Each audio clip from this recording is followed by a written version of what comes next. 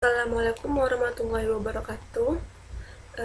Saya Serena Suci Rahmadani dengan NIM 2001112404 Usaha Perjalanan Wisata akan menjelaskan tentang Undang-Undang Pabean.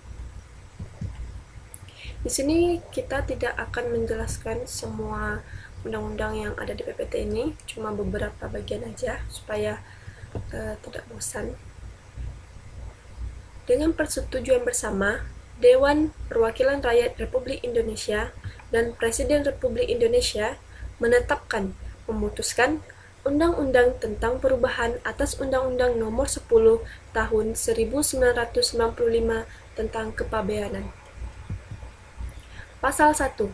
Beberapa ketentuan dalam Undang-Undang Nomor 10 Tahun 1995 tentang Kepabeanan, Lembaga Negara Republik Indonesia Tahun 1995 Nomor 75, Tambahan Lembaran Negara Republik Indonesia Tahun 1995 Nomor 3612 diubah sebagai berikut. 1. Ketentuan pasal 1 angka 1 dan angka 17 diubah dan ditambah 4 angka, yaitu angka 15A, angka 19, angka 20, angka 21 sehingga pasal 1 berbunyi sebagai berikut. Pasal 1.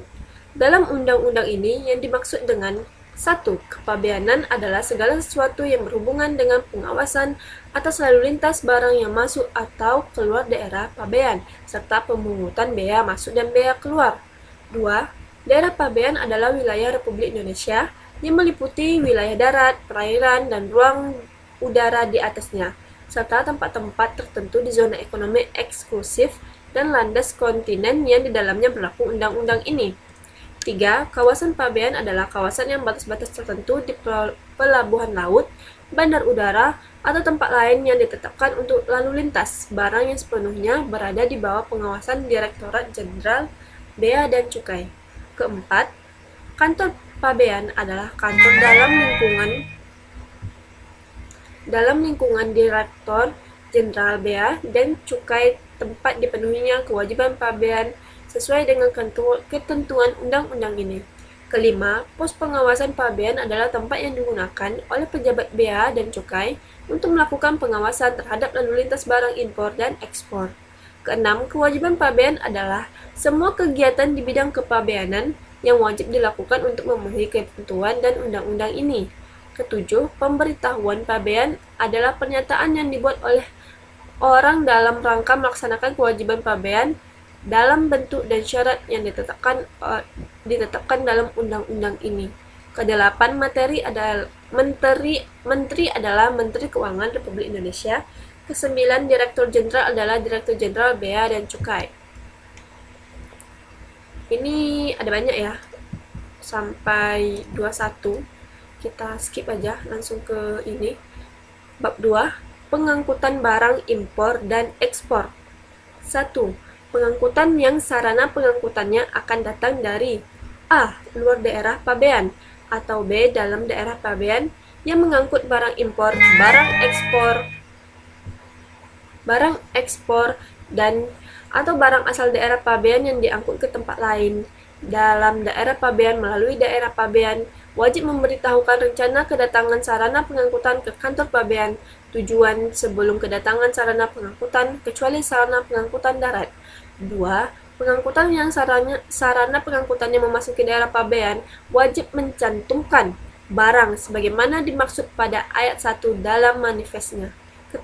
Pengangkutan yang sarana pengangkutannya datang dari luar daerah pabean atau datang dari dalam daerah pabean dengan mengangkut barang sebagaimana dimaksud pada ayat 1 wajib menyerahkan pemberitahuan pabean mengenai barang yang diangkut sebelum melakukan pembongkaran.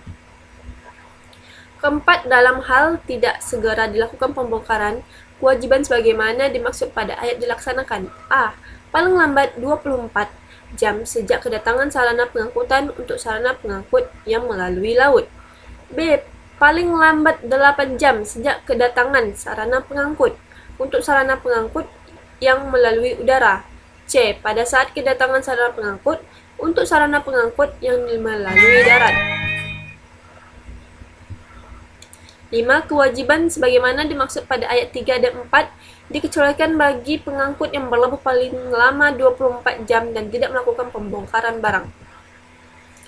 Ini juga banyak ya, nanti teman-teman juga bisa baca. Ini tentang ekspor. Pasal 11A, satu barang yang akan diekspor wajib diberitahukan dengan pemberitahuan pabean. Kedua, pemberitahuan pabean sebagaimana dimaksud pada ayat 1 tidak diperlukan terhadap barang pribadi penumpang, awak sarana pengangkut, pelintas barang, dan barang kiriman sampai dengan batas nilai pabean dalam jumlah tertentu. Ketiga, pemuatan barang ekspor dilakukan di kawasan pabean atau dalam hal tertentu dapat dimuat di tempat lain dengan izin kepala kantor pabean. Keempat, barang yang telah diberitahukan untuk ekspor, sementara menunggu pemuatannya, dapat ditimbun di tempat penimbunan sementara atau tempat lain dengan izin kepala kantor pabean. 5. Barang yang telah diberitahukan untuk diekspor sebagaimana dimaksud pada ayat 1, jika ekspornya dibatalkan, wajib dilaporkan kepada pejabat bea dan cukai. Keenam, eksportir yang tidak melaporkan pembatalan ekspor sebagaimana dimaksud pada ayat 5 dikenai sanksi administrasi berupa denda sebesar 5 juta rupiah. Ketujuh, ketentuan sebagaimana dimaksud pada ayat 1, ayat 2, ayat 3, ayat 4 diatur lebih lanjut dengan atau berdasarkan peraturan menteri.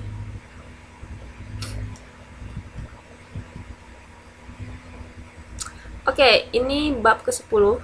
Larangan dan pembatasan impor atau ekspor, penangguhan impor atau ekspor barang hasil, pelanggaran hak atas kekayaan intelektual, dan penindakan atas barang yang terkait dengan terorisme dan atau kejahatan lintas negara.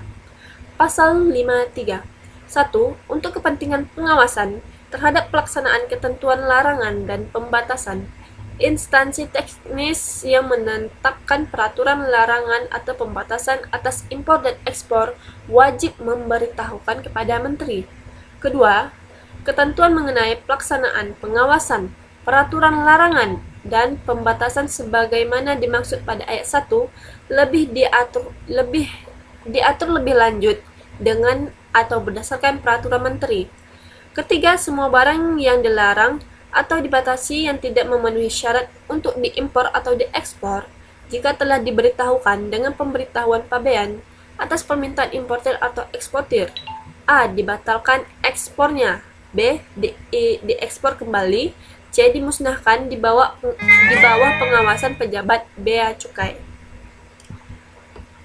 Kecuali terhadap barang dimaksud ditetapkan lain berdasarkan peraturan perundang-undang yang berlaku. 4. Barang yang dilarang atau dibatasi untuk diimpor atau diekspor yang tidak diberitahukan atau diberitahukan secara tidak benar dinyatakan sebagai barang yang dikuasai negara sebagaimana dimaksud dalam pasal 68, kecuali terhadap barang dimaksud ditetapkan lain berdasarkan peraturan perundang-undang yang berlaku. Oke, ini penjelasan atas Undang-Undang Republik Indonesia Nomor 17 Tahun 2006 tentang perubahan atas Undang-Undang Nomor 10 Tahun 1995 tentang kepabeanan. Yang pertama, umum. Pesatnya perkembangan industri dan perdagangan menimbulkan tuntutan masyarakat agar pemerintah dapat memberikan kepastian hukum dalam dunia usaha. Pemerintah, khususnya Direktur Jenderal Bea dan Cukai, yang berfungsi sebagai fasilitasi perdagangan, harus dapat membuat suatu hukum kepabeanan yang dapat mengantisipasi perkembangan dalam masyarakat dalam rangka memberikan pelayanan dan pengawasan yang lebih cepat, lebih baik, dan lebih murah.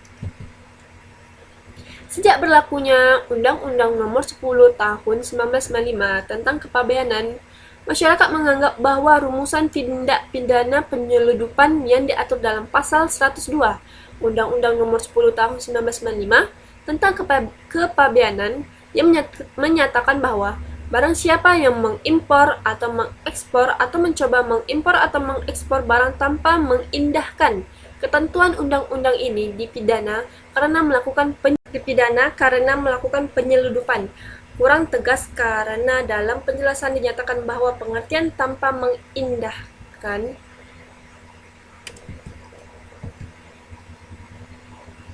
adalah sama sekali tidak memenuhi ketentuan atau prosedur.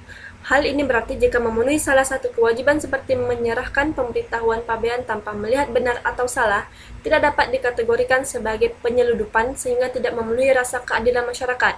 Oleh karenanya, dipandang perlu untuk merumuskan kembali tindakan-tindakan yang dapat dikategorikan sebagai tindak pidana penyeludupan.